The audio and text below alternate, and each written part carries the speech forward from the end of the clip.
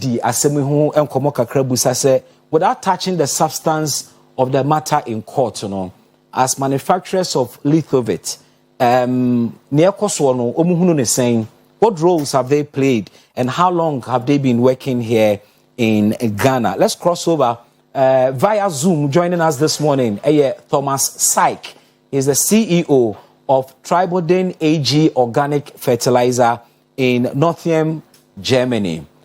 Thomas, good morning and thanks for your time on Oyerepa TV. Good morning, Richmond. I'm happy to be here and thank you for the opportunity. Well, Syke, Richmond is my producer. He's the one who's been speaking to you behind the scenes. But I'm your host and my name is Bismarck Brown. Oh, I'm sorry. It's sorry, okay. Bismarck. Very well. So let me take it from the top. You've indicated your readiness to come to Ghana and provide some details as far as Lithovit Fertilizer is concerned. I'll take it from this angle.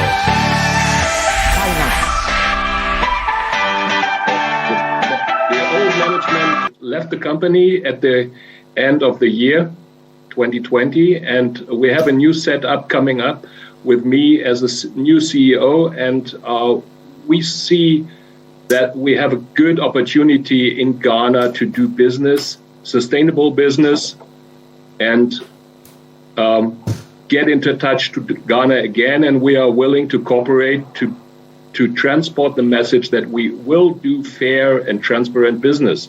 And for this, we are ready to open our books and give all required information to the Attorney of State to get this case closed and give us a new chance to go to Ghana and sell our product to the farmers, because there had been great efforts on the crops in Ghana, and we would be happy to do it again. So from what you're saying, there was an old management and there is a new management, and this new management is ready to cooperate with the authorities in Ghana to have this matter resolved so you can do business. From what you have gathered, what has been the level of cooperation between the old management and the Ghanaian authorities regarding the effectiveness of your product? There had been, yes, we delivered Lithovit in the years 2014 until 2018 with an amount of something around 700 tons. And from my point of view, all this Lithovit went to the farmers and it was applied on mainly cocoa. So, and we didn't hear any complaints about the effective of Lithovit. It was always used, and it seems to us that the farmers have been happy using Lithovit and they had an increase in the yield. Well, that is what you say, but the details we are getting from the Ghanaian authorities, as far as an aspect of the matter in court, indicates that Lithovit was not duly tested within the time frame, and therefore its efficacy cannot be guaranteed. What's your take on that bit? The testing wasn't done and wasn't ordered by Tribune. It seems to us that it was tested and it was certified and it was legal to import it by the Ghanaian company Agricult Ghana, Mr. Saido Agongo. And from our point of view, everything seems to be legal and fine. But from here, it doesn't look like... We have very good results in other countries, like in Africa, Egypt, for example, or in Thailand, in Romania, in Germany, UK. So we are happy with the product, and it's working from our point of view pretty well, and it would also help the Ghanaian farmers to increase their yield. You use the word... Things happening in Ghana are not in our responsibility. You use the word, it seems to you. That's quite interesting. It seems to you that it was tested, but that is not the case here in Ghana. There are questions about whether Lithovit is really effective.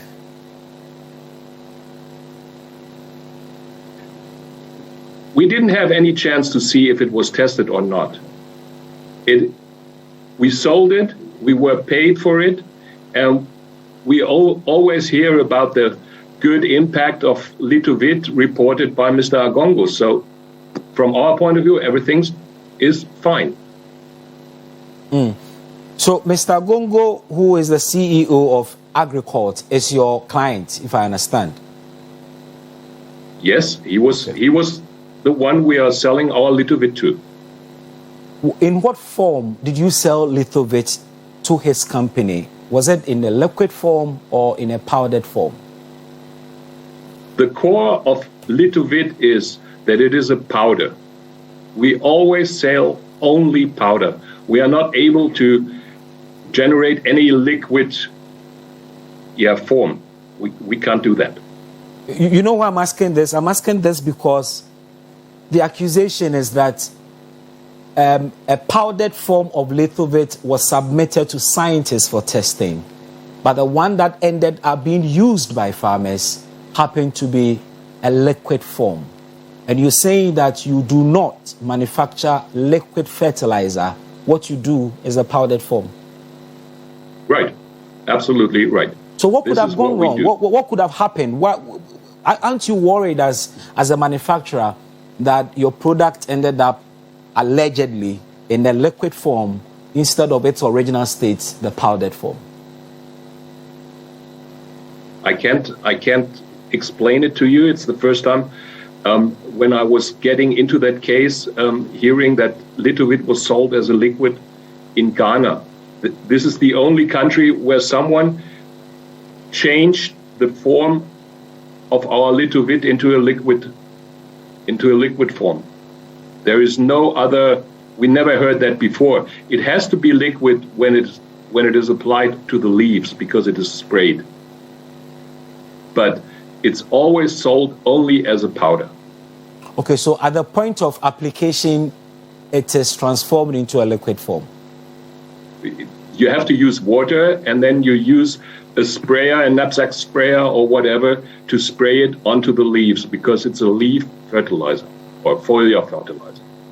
Then it squarely makes sense that Lithovit at the point of the end user was in the liquid form. That makes sense, doesn't it? It is not important to it. It doesn't change anything, and the most important message is that we only sell it in powder form. What happened in Ghana, we didn't know how it was changed and why it was changed.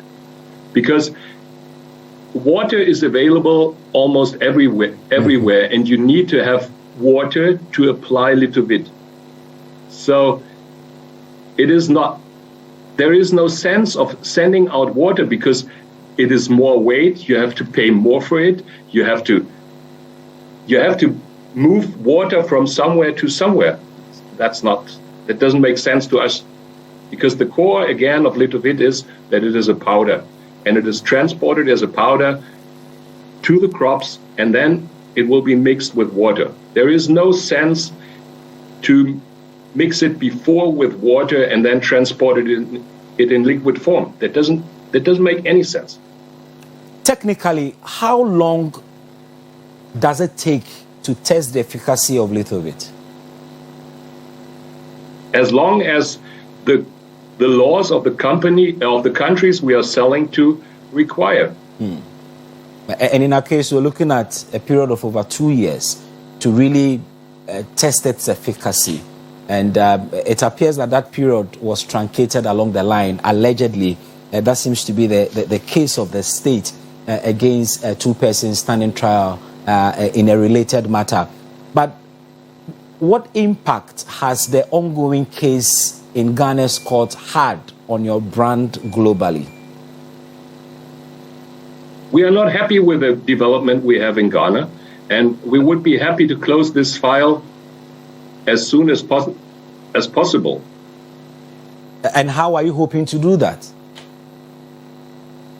That's why I'm willing to be witness at the court of Ghana to give all required information and clear the file and then close the case.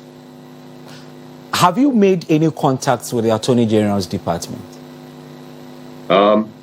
Not directly. I've been in contact with a lawyers company in the UK, in Great Britain, in London, which were representing the Ghanaian authority in the past, because there had been a visit of a group coming from Ghana, and the meeting was set up in Hamburg, which is 250 kilometers north of where we are settled. So you that didn't make... meeting happened in 2020. Okay, so that meeting was in 2020. Yes. And you said that meeting was between a lawyer and who? A lawyer, some people from Ghana, where I don't know who was traveling. But you met them. I think something you about 4 people, the lawyer, and then the meeting was set up in Hamburg. And but from as far as I know, there was no reasonable information given from Tubodun to those people coming in. But you met them anyway, and you said that... No, it was not me. It was the old management which left the company at the end of 2020. Okay. What have you discovered as far as cooperation between your company and the Ghanaian authorities is concerned? You are a new CEO, but are there records to indicate a certain level of collaboration between the previous management and the Ghanaian authorities regarding this matter? As far as I know, the meeting was held in Hamburg, and they gave some samples of Lithovit to them and confirmed that we are only producing powder. Okay. And that's it. They didn't give any information about the commercial background of the... And you are not too sure the identities of these people who were in the meeting from Ghana? I surely can find some information about who was coming, but I didn't have them in my mind right now. But were there minutes of that meeting? I didn't get any minutes. I didn't find any minutes of meeting.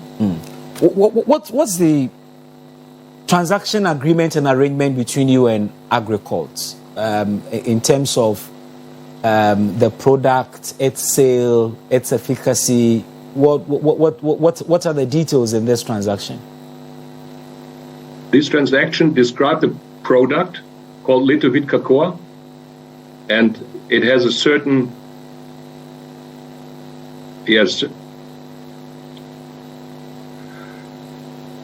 usabilities, and we stopped that transaction in 2018. There is nothing more which happened. What led to the truncation of that transaction? You said you stopped that transaction in 2018. What led to that decision? There were no more orders coming in from Agricult Ghana as far as I can see. Okay. But in 2018, there was the last delivery. And you don't know why there were no orders from Agricult? By searching in the internet, I found the issue we have right now, the case against Agricult Ghana and Mr. Saido Agongo and Mr. Opuni. Do you get the sense? Do you get the sense that the old management was not willing to cooperate with the Ghanaian authorities? Do you get that sense? Maybe. It seems to me that there would be more information to be given to the Ghanaian authorities to investigate that file closer and better. Yes. One would argue that being the manufacturers, you really must not worry yourselves with your involvement in this matter in terms of helping and assisting the closure of this case, because you claim that you manufactured Lithovit in its powdered form. You gave it to a supplier. Whatever the supplier did is his own business. Do you sincerely believe that you have any role to play in clarifying matters? Do you feel a victim in this matter at all? This is our new understanding of what we will do. We will have more influence on the importers, on our partners, how they handle the product in each country. This is one of the things as a resume coming up from the Ghanaian case.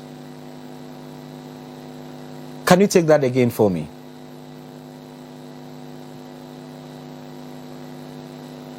Thomas, we will take more responsibility in the future, when we handle and work together with our partners and have more influence and see more what is happening with our product. So this is one of, yes? So you have learned some lessons based on your experience in Ghana. So going forward, when you supply, it will not be left there. You would want to be part of other processes leading to the farmer. For sure, this is something coming up from my experience during business in the last 30 years. You have to have more influence, and you have to see what is going on with your products. It is not like just giving them to an importer and then say, okay, this is your responsibility. This is what the old management did. This is not what we are doing. Again, that's why I'm willing to be witness at the court in Ghana. I want to be fair, and I want to be transparent, and I want to do sustainable business with a sustainable product. Okay. So ever since you took over as the CEO, you're telling me that you're willing to be available to testify and to bring transparency to bear on the matter. Have you personally made that intention known to the Attorney General's department? No. What they are you didn't waiting speak to for? me yet. What are you waiting for? I'm waiting for some action coming up from Ghana and also from the lawyer company in Great Britain. No, but this is your brand. This is your brand in question. You are seeking to clarify matters so that the world knows that you have a solid and an effective brand, and you're willing to testify. Yet you haven't made any efforts to reach out to the Ghanaian authority about this intention. Sure. I'm wondering why. Because you are willing to do it. Why wouldn't you take a step to reach out? I did. I get in contact to the lawyers in Great Britain, and they told me that they are happy to have me being open-minded and giving information, and they said they will get into contact to the Ghanaian authorities, and then they will come back if the case will get so hot that I have to say anything to it. But it was not possible for me to get into touch to anyone else. How long ago was this? Getting in touch to the lawyers in Great Britain? Yes. About half a year. About half a year. Half a year, yes. In January or February, after taking over the position as CEO and getting more details on the Ghanaian case, I get into touch with the lawyers in Great Britain, and they said, okay, thank you for the information, and now we are waiting and see how the progress is in the case of Lithovit in Ghana. Do you sincerely believe that you have a role to play in this matter?